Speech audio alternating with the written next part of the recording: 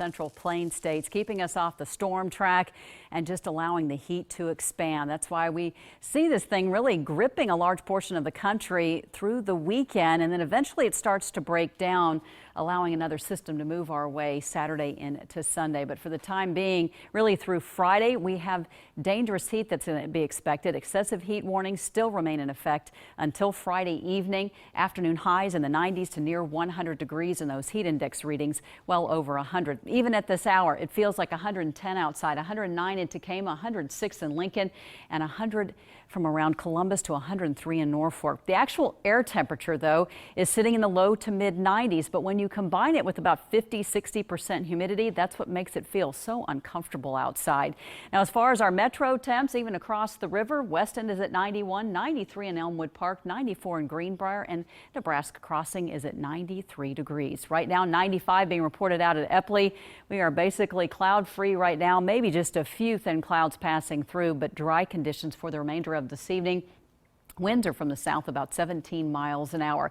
As far as the forecasted future heat index, what we're looking at just for the next few hours to give you an idea if you have any outdoor plans heading to a storm chaser game, we're still looking at 7 o'clock at about 109 outside.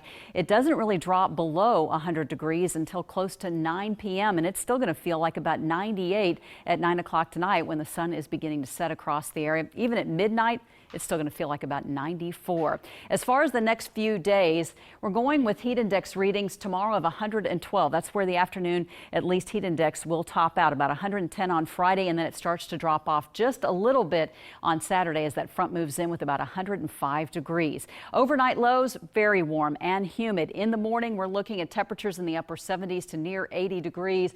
Right now, Futurecast showing just a few kind of pop-up showers or thunderstorms, but that high is just so entrenched across the area. I think it's going to be hard-pressed to get any activity, but something we'll be watching very closely. Afternoon highs in the upper 90s tomorrow. Tonight, though, we're going to go with mostly clear skies, warm and humid conditions, and a low of 79 degrees. So a very warm start to the day with 98 tomorrow afternoon, and a south wind will be breezy a little bit from 10 to 15 miles an hour. We hang on to those 90s not only Thursday, but into Friday and even Saturday with 98. And then we drop it off after a chance for some storms late Saturday night into Sunday morning with a high of 88. Continued those 80s into early next week. Next best chance of rain not until Wednesday.